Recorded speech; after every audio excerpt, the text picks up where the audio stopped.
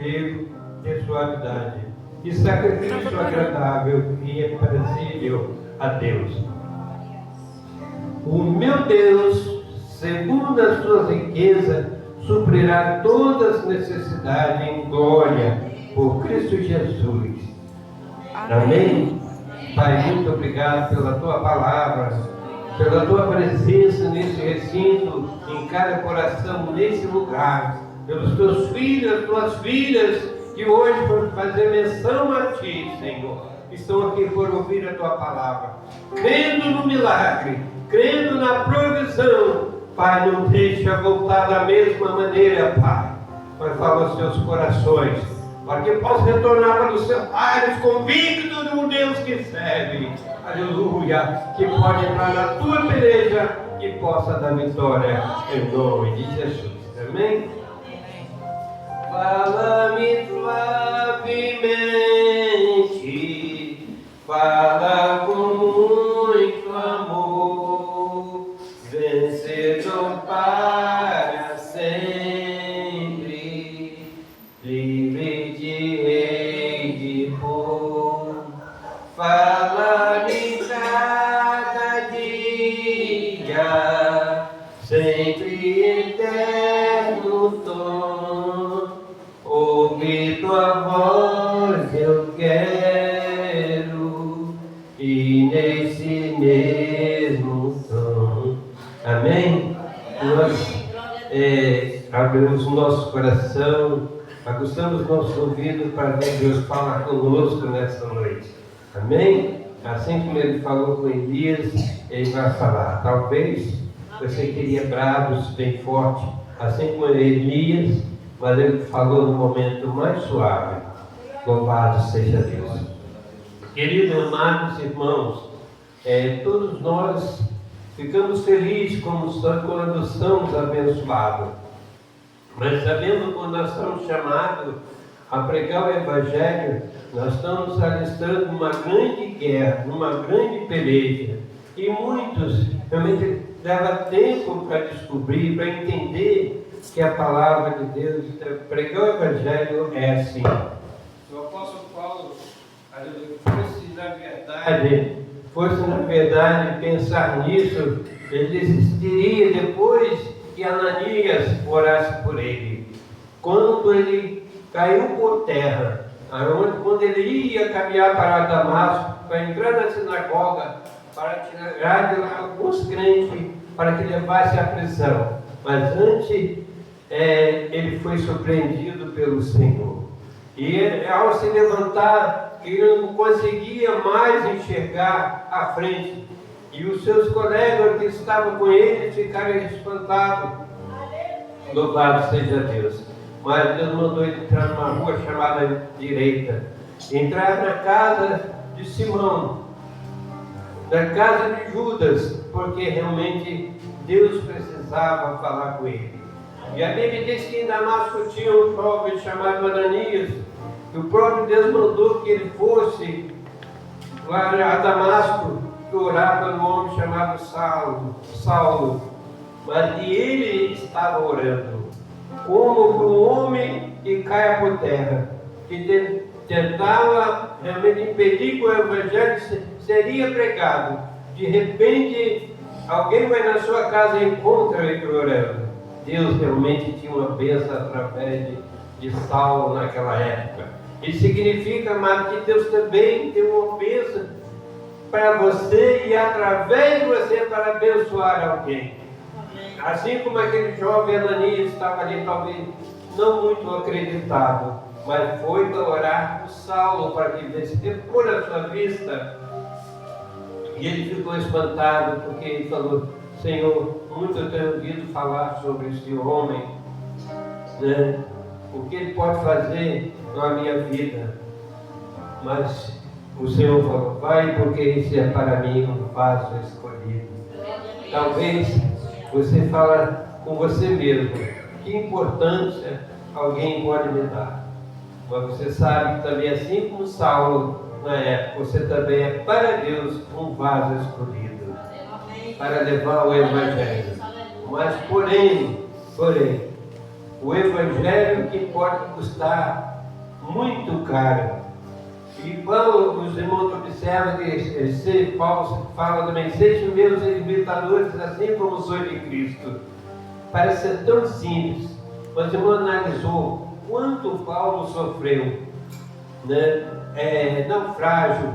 Em 2 Coríntios, capítulo de número 11, a partir do 16 a 27, você vai ver praticamente todo o sofrimento de Paulo. Naufrágio, fome, tudo que ele passou.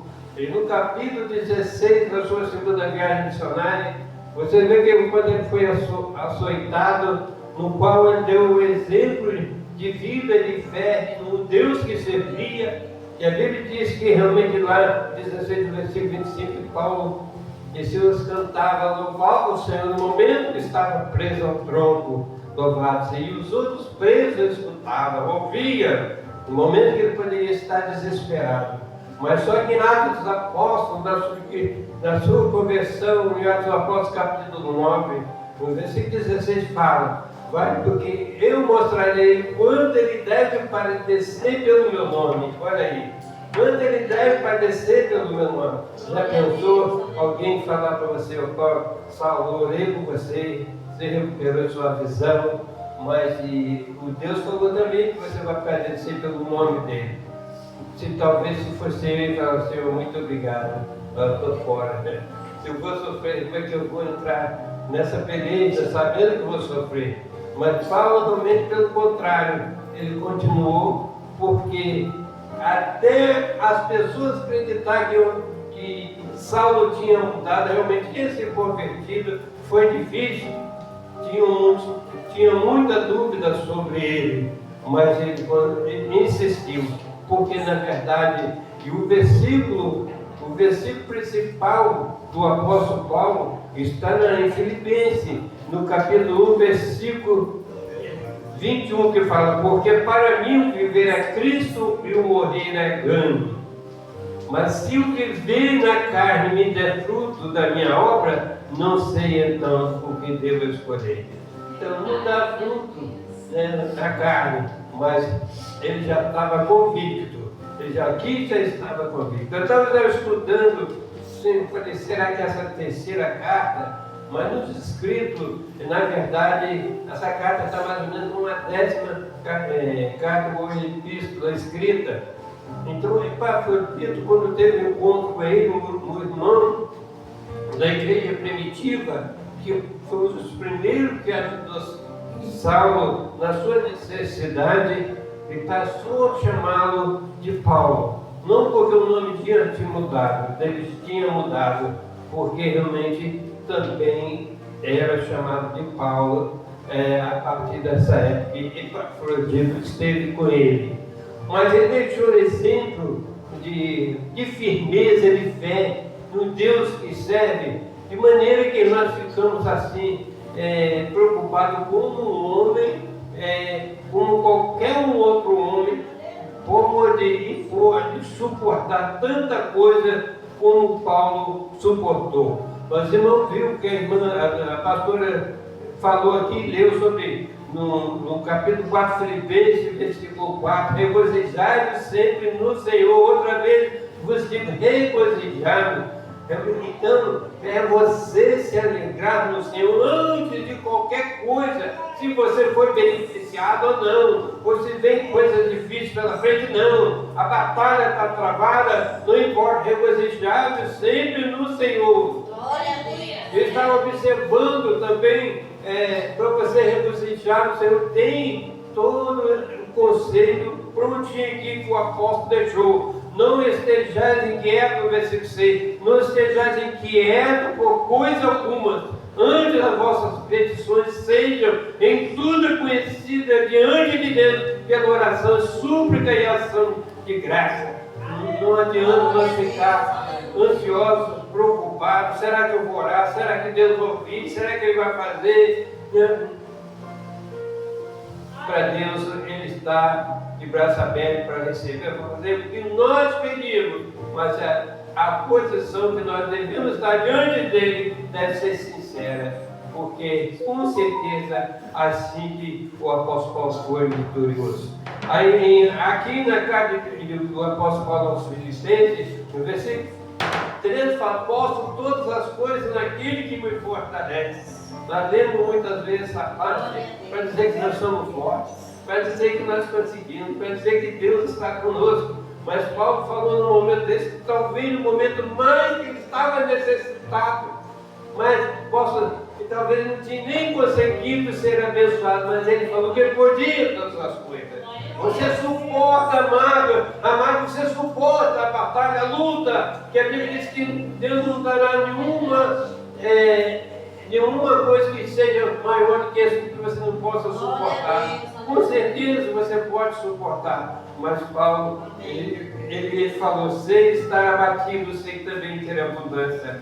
Em toda maneira, em todas as coisas, eu estou instruído tanto a ter fartura como ter fome, tanto a ter abundância como padecer necessidade. Então ele preparou a igreja, preparou o povo. Eu posso todas as coisas, mas é nessa maneira que eu já passei por tudo isso. Eu tive necessidade. Então você pode ter certeza, não fique preocupado com amanhã, que realmente Deus vai prover na sua vida o necessidade. Louvado seja Deus. Ele falou: porque também uma outra vez me mandaste o necessário a Tessalônica. A igreja de Filipos também atendeu, socorreu Paulo. Após Epafrodito ter um encontro com ele, a igreja de Filipos socorreu na sua necessidade. Aquilo ficou na lembrança. Ele estava preso em Roma, mas ele não esquecia daqueles irmãos que foram abençoados.